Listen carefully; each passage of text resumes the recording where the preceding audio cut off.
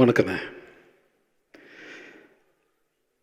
இவரை 82லேருந்து நான் பார்த்துட்ருக்கேன். இது நிறைய பேருக்கு தெரியும். அவர் கூட இருந்த நிறைய பேர் இது எமோஷன். அவர் ஒரு படத்தை பார்த்தாலே எனக்கு என்ன, ஒரு பேம்பு சேரில் உட்காந்துட்டு, ஒரு மூங்கில் சேரில் உட்காந்துட்டு ஷேவ் பண்ணிகிட்ருப்பார். 82, 83, நான் 84 திரைப்பட கல்லூரி மாணவனை மாறின உடனே திரைப்பட கல்லூரியில் படிக்கிறார் இவர் அப்படின்னு சொல்லிட்டு என்னை பார்க்க நடிகர் ராஜ்குமாரோடைய மகன் வருவார், சிவராஜ்குமார். அவரை பார்க்குறதுக்கு இவர் வெயிட் பண்ணுவார். அப்போ சிவராஜ்குமாரை இவருக்கு அறிமுகம் பண்ணி வச்சதே நான் தான். அந்த மாதிரி நாங்கள் ஒன்றா படிக்கிறோம் அப்படின்னு சொல்லிட்டு. திரைப்பட கல்லூரினா என்னன்னு, எப்படி இருக்குது திரைப்பட கல்லூரின்னு ஒன்று இருக்குதுன்னு தெரிஞ்சுக்கிட்டதே அவர் என் மூலமாக தான். ஸோ அதுக்கப்புறம் திரு ஆபாவானன் வந்தார். திரைப்பட கல்லூரி மாணவர் திரு உதயகுமார் பேசினார் இல்லையா, இப்போ திரு இளவரசன் ஆகட்டும். அப்புறம் அவர் திரைப்பட கல்லூரி மாணவருக்கே வானத்தை போல படம், நான் நிறைய படம் நாங்கள் அவரோட நடிச்சிருக்கோம். திரைப்பட கல்லூரி மாணவர்கள் திறமைசாலிகள், ஒதுக்கப்பட வேண்டியவர்னு இல்லாமல் சேர்த்து கொண்டு பணியாற்றிய ஒரே நடிகர் என்று சொன்னால் அன்றைக்கு என் அண்ணன் மறைஞ்சிட்டார். பட் இருந்தாலும் அவர் நம்ம விட்டு மறைய மாட்டார். அவர் நினைவேந்தல் செய்கிறோம். ஆனால் நிச்சயமான ஒரு உண்மையை சொல்லுகிறேன், இந்த உலகம் உள்ளவரை நம் நினைவில் இருக்கக்கூடிய ஒரு நல்ல மனிதர் என்று சொன்னால் அது இவரை தவிர வேறு யாரும் இருக்க முடியாது என்பது தான் என்னுடைய கருத்தாக இருக்கும். ஆனால் இன்னும் பேச வேண்டிய நிறைய நபர் இருக்கிற காரணத்தால் இன்றைக்கி நடிகர் சங்கம் இவர் தலைமையில் இயங்கணும்னு ஆசைப்பட்ட பல பேர் இருக்கலாம். அதில் முக்கியமான நடிகர் நான். நடிகர் சங்கம் இவர் தலைமையில் இருக்க வேண்டும் என்று ஆசைப்பட்ட நடிகர்கள் கடத்திக்கிட்டு போனோம். கிட்டத்தட்ட நடிகரில் கடத்திக்கிட்டு போய் பொருளாளர் யார், செயலாளர் யார், தலைவர் யார் என்ற ஒரு நிலையை நாங்கள் உருவாக்கணும். ஆனால் இன்னை வரைக்கும் நான் நடிகர் சங்கத்தில் எந்த பொறுப்பும் எடுத்தவங்க கிடையாது. இது என் சங்கம் என்கிற காரணத்தால் நான் உரிமையோடு சொல்கிறேன். நீங்கள் இருக்கணும்னு இந்த சங்கத்துக்குன்னு வேறு விரும்பாமல் தான் வந்தார். ஆனால் விரும்பாமல் இன்றைக்கி இருக்கிற இந்த நடிகர் சங்கத்தில் இருக்கிற அனைவருக்கும் விரும்பியதை செய்த ஒரு நடிகர் என்று சொன்னால் அது இவரை தவிர வேறு யாரும் இருக்க முடியாது. ஒரு நிமிஷம் கூட விரும்பலை. நாங்கள் ஃபோர்ஸ் பண்ணி நீங்கள் இருக்கணும் வாங்க அப்படின்னு. நடிகர் திலகம் அவர்கள் இறந்த போதும் கூட இவரை முன்னிறுத்தி நாங்கள்லாம் பின்னால் இருந்தோம். இதை பிரபு அவர்கள், அண்ணா அவர்கள் ரொம்ப அழகாக சொல்லுவாங்க. நான் வெளிநாட்டில் இருந்த எனக்கு விஜய் தான் எங்கள் அப்பாவோட பார்த்துக்கிட்டாருன்னு. நாங்கள்லாம் இருந்தோம் கூடவே. அப்போ இப்படி ஒரு முறை அல்ல, ஒரு விஷயம் இல்லை, கிட்டத்தட்ட நடிப்புக்கு அப்பாற்பட்டு எத்தனை படங்கள் என்று எனக்கு தெரியாது, எண்ணில் அடங்காத படங்களை இவரோடு நான் நடித்திருக்கிறேன், இவரோடு பழகியிருக்கிறேன், இவரோடு அன்போடு பழகியிருக்கிறேன். என்ன சொல்கிறது, நிறைய பேசலாண்ட உங்களை பற்றி நிறைய இருக்குது. மதுரை கூட்டு போனால் என்ன செய்ய, மதுரை கூட்டு போய் எப்படிலாம் இருப்பார். மதுரையில் அவர் கூட இருந்த இப்ராஹிம் ராவத்தர் ஆகட்டும், அல்லது அந்த எம்எல்ஏ பண்ண அந்த சுந்தரராஜன் ஆகட்டும், ரவி ஆகட்டும், இவரெல்லாம் எப்படி உறுதுணையாக இருந்தாலும், ரஹமத்துல்லா ஆகட்டும், அப்போ மணின்னு ஒருத்தர் இருந்தார் அவராகட்டும், இப்போ அம்மா கணேசன் சிவா இருந்தார் அவராகட்டும். நான் வெளிப்படம் போயிட்டு இங்கே உள்ளே வந்துடுவேன், வெளிப்படம் நடிச்சுட்டு உள்ளே வந்துடுவேன். என்னை விடாமல் பார்த்து கொண்டால் எனக்கு அவர்கிட்ட கட்டளை, மீண்டும் நீங்கள் வில்லனாக நடித்தால் என்னோடு நடிக்க வேண்டும் ஆனந்தராஜ் என்று சொன்னார். அதுதான் மீண்டும் வில்லனாகன்னு போட்ட விஜயோட அப்பா டைரக்ட் பண்ண படம் ராஜதுரைன்னு ஒரு படம். நான் அந்த மரியாதை இவர் கொடுத்தேன், நீங்கள் தான் பண்ணணும்னு. அதுக்கு இவர் எனக்கு என்ன பண்ணார் தெரியுமா? எந்த கதாநாயகனும் செய்ய மனம் வருமா என்று எனக்கு தெரியாது. இப்பொழுது எனக்கு அந்த படத்தில் இங்கே தான் அந்த மண்டபம் பின்னாடி தான் இருக்குது, பாத பூஜை பண்ணுற மாதிரி ஒரு சீன் எடுத்தார் எஸ்ஏசி அவர்கள். அதை மனம் கோணாமல் செஞ்சார். எனக்கு நான் பார்த்து அப்படியே அவரை பார்த்துக்கிட்டே இருப்பேன். படம் பார்த்தா தெரியும். பாத பூஜை பண்ணுறதை ஃபுல்லாக எடுத்தார் டைரக்டரு. பாத பூஜை எப்படி பண்ணணும், தண்ணி ஊற்றி காலை கழுவி பொட்டு வச்சு எல்லாம் பண்ணுறது, பண்ணுறதை இன்னொரு விஜயகாந்த் நின்று பார்க்கணுன்ற மாதிரி எடுத்தார். எனக்கு ஷாக்காக தான் இருந்தது. நான் வில்லன் பண்ணுறேன், நல்லா இருக்கும். ஆனால் பட் ஒரு நடிகர் இவ்வளவு இறங்கி பண்ண முடியுமா? ஒரு படம் பார்த்துட்டு வெளியே வந்த உடனே இந்த படம் பார்த்துட்டு இந்த படத்தில் என் கேரக்டர் நல்லா இருந்ததுன்னா, எங்கே ஆனந்தராஜ் நீ தான் படத்தில் நம்பர் 1 அப்படின்னு இதை சொல்லுகிற பண்பு இருக்கிறதே இதுதான். இன்றைக்கி இவரை பார்த்து நம்ம நிறைய விஷயம் கற்றுக்குவோம்.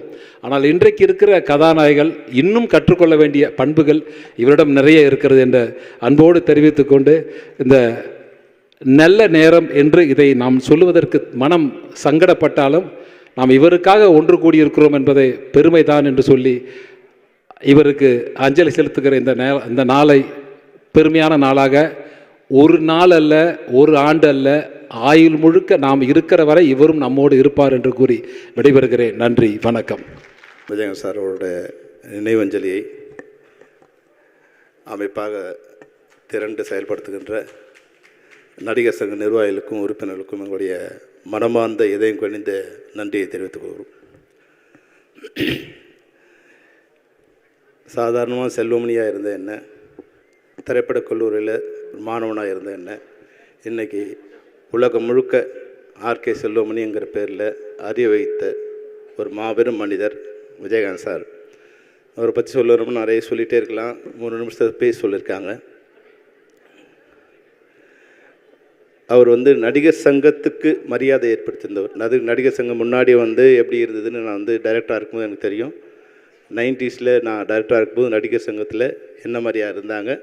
அதுக்கப்புறம் நடிகர் சங்கத்துக்கு விஜயகாந்த் சார் தலைவர் ஆன பிறகு, கேப்டன் தலைவர் ஆன பிறகு நடிகர் சங்கத்துக்கு சமுதாயத்தில் எவ்வளோ பெரிய ஒரு மரியாதை ஏற்படுத்தி தந்தவர். தனக்கு மட்டும் மரியாதை ஏற்படுத்தி தந்தவர் இல்லை, நடிகர் சங்கத்துக்கும் மரியாதை ஏற்படுத்தி தந்தவர் விஜயகாந்த். தனக்கு அதாவது ஒரு மனிதன் சமூகத்துக்கு பயன்படலைன்னா அவர் மனிதனே இல்லை. அதுபோல் ஒரு அமைப்பு அந்த சமுதாயத்துக்கு பயன்படலைன்னா அது எந்த விதமான பயனிருந்தும் பிரயோஜனம் இல்லை. விஜயகாந்த் சார் வந்த பிறகு தான் இந்தியாவே திரும்பி பார்க்குற நெய்வேலியை போராட்டத்தை, தமிழ் மக்களுக்கான போராட்டத்தை, நெய்வேலி போராட்டத்தை நடிகர் சங்கம் தலைமை எடுத்து நடத்தும்போது இந்தியாவே திரும்பி பார்த்தது. இப்போ தான் நடிகர் சங்கம்னா என்னென்னு இந்தியாவுக்கு தெரிஞ்சது. அதுபோல் ராமேஸ்வரம் போராட்டத்தை நடத்தும்போது நடிகர் சங்கம் உலகம் முழுக்க போய் நடிகர் சங்கத்தை நிலைநிறுத்தியவர் விஜயகாந்த் சார். நான் நடிகர் சங்க நிர்வாகிகளுக்கு நடிகர் சங்க நிர்வாகிகளுக்கு ஒரு சிறிய விண்ணப்பத்தை வைக்கிறேன். உறுப்பினர்களுக்கும் விண்ணப்பத்தை வைக்க விரும்புகிறேன். நடிகர் சங்க வளாகத்துக்கு புரட்சிக் கலைஞர் விஜயகாந்த் அவர்களை பேரை வைக்கணும் நான்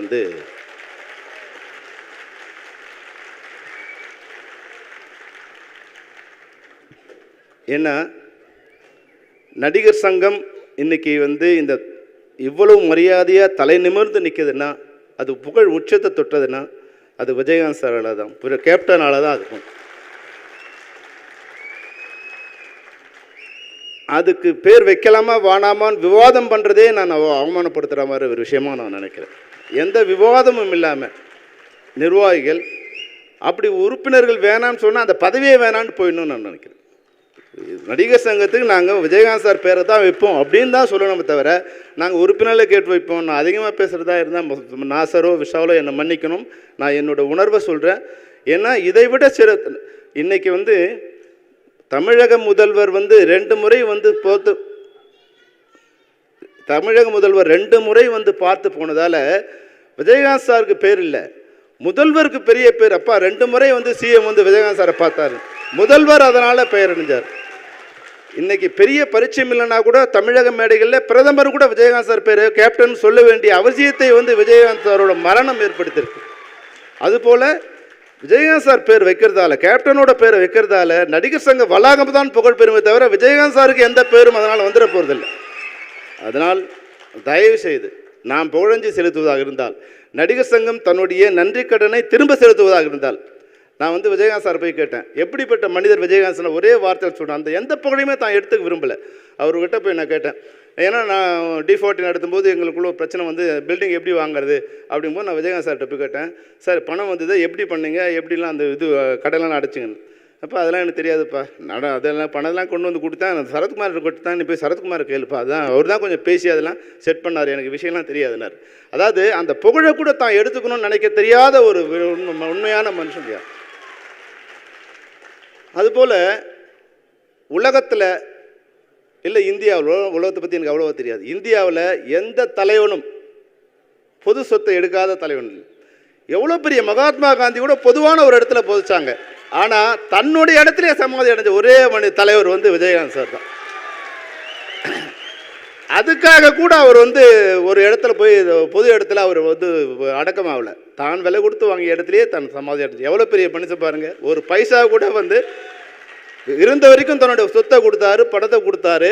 இறந்த பிறகு கூட வந்து பொதுவான சொத்து, மக்கள் சொத்து எதுவும் எனக்கு வேண்டான்னு தன்னோட இடத்துலையே வந்து அவர் போய் படுத்துட்ருக்கார். இதை விடந்த ஒரு புகழ் வந்து யாரும் அவர் கொடுக்க போகிறதில்லை. அதனால் வந்து நடிகர் சங்க நிர்வாகிகளுக்கு மீண்டும் என்னுடைய தாழ்மையான விண்ணப்பம், அந்த கட்டடத்துக்கு அவரோட பேரை வைக்கணும். இந்த மேடையில் அறிவித்தா சால சிறந்ததாக இருக்கும். இல்லை நீங்கள் பொதுக்குழு அறிவிச்சிருந்தாலும் அது உங்கள் விருப்பம், நீங்கள் அறிவிக்க வேண்டும் என்பதுதான். அதுபோல் எனக்கு வந்து ஒரு பெரிய வருத்தம் என்னென்னா, நான் வந்து விஜயகாந்த் சாருக்காக ஒரு புத்தகம் எழுதிட்டுருக்கேன். அது சின்ன முடிஞ்சிடும். அவரோட பிறந்த நாளுக்கு அதை அந்த புத்தகத்தை ரிலீஸ் பண்ணணும்னு நினச்சி அதுக்காக நிறைய எல்லாருமே அது ஒரு டாக்குமெண்டேஷனுங்கிறதால அது என்னால் முடிக்க முடியலை. எழுதிட்டே இருந்தேன். அதுக்காக போய் வந்து அவங்க மனைவி கூட, நான் பிரேமலதா அக்கா கூட போய் பார்த்து சந்தித்தேன். அவங்ககிட்ட பேசினேன். சார் இது அம்மா இது மாதிரி நான் ஒரு புத்தகம் எழுதுகிறேன், நீங்கள் உதவி பண்ணுன்னு. அவங்க கொஞ்சம் வருத்தப்பட்டாங்க. சார் நிறைய பேர் வந்து தவறாக வந்து அவரை பற்றி சொல்லிகிட்டே இருக்காங்க, தவறான கருத்துக்களை பதிவு பண்ணுறாங்க. அதனால் நான் வந்து அது பெருசாக நான் எடுத்துக்கல தம்பி அப்படின்னாங்க. நான் சொன்னேன், இல்லைம்மா நான் இது மாதிரி நான் யார்கிட்டலாம் அதுக்கான விஷயங்களை கலெக்ட் பண்ணேன், இதையெல்லாம் அவங்கள்ட்ட கொடுத்து சொல்லும்போது அவங்க அப்புறமா வந்து காம்ப்ரமைஸ் ஆகிட்டு, இல்லை நானும் ஹெல்ப் பண்ணுறேன், அந்த புத்தகத்தை நீங்கள் பண்ணி கொடுங்க அப்படின்னு சொன்னாங்க. மிகப்பெரிய வருத்தம் என்னென்னா, அவர் வாழ்ந்த காலத்திலேயே அவர் உயிரோடு இருக்கும்போதே அந்த புத்தகத்தை எழுதி அவருக்கு வந்து கொடுக்கணும்னு நான் நினச்சேன். ஆனால் அது நடக்க முடியாமல் போயிடுச்சு. நாங்கள் கடைசியாக வந்து இயக்குநர்கள் ஒரு 5 பேர் வந்து அவர் நினைவோடு இருக்கும்போது நாங்கள் பார்த்தோம். நானும் விக்ரம் சார், உதயகுமார், பேரரசுலாம் பார்த்தோம். பார்த்துட்டும் போது அவர் என் கைகளை புலன் விசாரணையில் வந்து எப்படி என் கைகளை பிடிச்சாரோ, அதாவது வந்து புலன் விசாரணை ஷூட்டிங் நடந்துகிட்டு இருக்கும்போது கோயம்புத்தூரில் ஷூட்டிங் நடந்துகிட்ருக்கு. அப்போது பொருட்காட்சியில் ஷூட்டிங் பண்ணுறோம். க்ரௌட் வந்து கண்ட்ரோல் பண்ண முடியாமல் வந்து க்ரௌட் உள்ளே நுழைஞ்சிட்டாங்க. அப்போ வந்து சொல்கிறாரு, இது டைரக்டர் பிடின்னு வந்து என்ன க்ரௌடில் வந்து போலீஸ் அடிக்க ஆரம்பிச்சிட்டாங்க, தெரியாமல் அடிச்சிடுவாங்கன்னு சொல்லிட்டு என்னுடைய கைகளை அவர் இருக்கும் பிடிச்சார். அதே போல் அவரை நான் கடைசியாக சந்திக்கும் போது விஜயகுமார் வந்து அந்த பாட்டை பாட ஆரம்பித்தார். அந்த வானத்தை போல் நான் பாடும்போது எல்லார் கண்களும் அப்படியே தண்ணி வருது. அவரு கண்ணிலும் தண்ணி வந்து அவர் கைகளால் வந்து உதயகுமார் அவனோட கண்ணை துடைக்கிறார். அழுகாதங்கிற அவரால் பேச முடியல, அழாதுன்னு அப்படி வந்து கண்ணை துடைக்கிறாரு. எங்கள் 2 பேரோட கையை 2 கையில் அப்படி பிடிச்சிக்கிட்டார். அது என் மனைவிக்கு இன்னும் என் கண் முன்னாடி இருக்குது. இன்னொரு பெரிய விஷயம் என்னென்னா, 1988 டிசம்பர் 28 புலன் விசாரணை நாங்கள் பூஜை போட்டு தொடங்குற நாள். அதே டிசம்பர் 28 2023 அவர் மறையிறார்.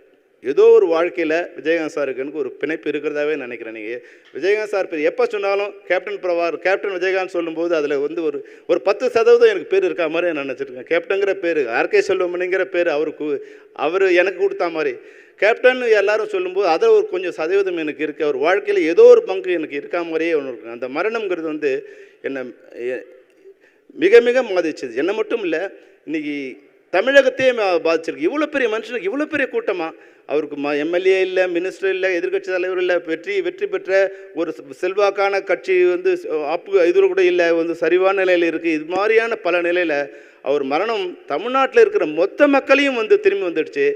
இது வரைக்கும் நான் பார்த்ததில்ல. எந்த மரணத்துக்கும் யாரும் வரலன்னா கூட வந்து யாரும் பெருசாக எடுத்துக்கல. ஆனால் இந்த மரணத்துக்கு யாராவது வரலைன்னா மக்கள் அவங்கள குற்றம் சாட்டுற அளவுக்கு மக்களோட மனநிலை வந்துடுச்சு. ஏன்டா நீ வந்து அந்த மரணத்துக்கு போலங்கிற கேள்வி கேட்குற மனநிலைக்கு மக்களுக்கு பயந்தாவது இந்த நிகழ்ச்சிக்கு வர வேண்டிய ஒரு கட்டாயத்தை அந்த பொதுமக்கள் ஏற்படுத்தியிருக்காங்கன்னா, அதுதான் வந்து விஜயகாந்த் சாரோட கேப்டனோட மிகப்பெரிய பலம். என்னென்னா, வாழ வரைக்கும் அவரோட பலம் யாருக்கும் தெரியல, ஆனால் மறைஞ்ச பிறகு அவரோட பலம் இருக்குது பாருங்கள். இன்றைக்கி நம்மளுடைய ஏசிஎஸ் சண்முகம் சார் சொன்ன மாதிரி இன்றைக்கும் ஆயிரக்கணக்கான பேர் அது வந்து அவரோட கல்யாண மண்டபத்தில் கியூ நின்று புகழஞ்சு செலுத்துகிறாங்க, லட்சக்கணக்கான பேர் செலுத்திக்கிறாங்கன்னா, இதை விட வந்து நன்றி கடனை தமிழக மக்கள் வந்து வேறு யாருக்கும் செலுத்தியிருக்க மாட்டாங்க. அந்த அளவுக்கு மிக அன்பையும் நன்றி கடனையும் திரும்ப செலுத்திகிட்டே இருக்காங்க. கடைசியாக என் பேச்சை முடிக்கும் போதும் என்னுடைய வேண்டுகோளோடு நடிகர் சங்க வளாகத்துக்கு விஜயகாந்த் அவரோட பேரை வைக்க வேண்டும் என்ற வேண்டுகோளோடு என்னை உரையை முடிக்கிறேன். நன்றி, வணக்கம்.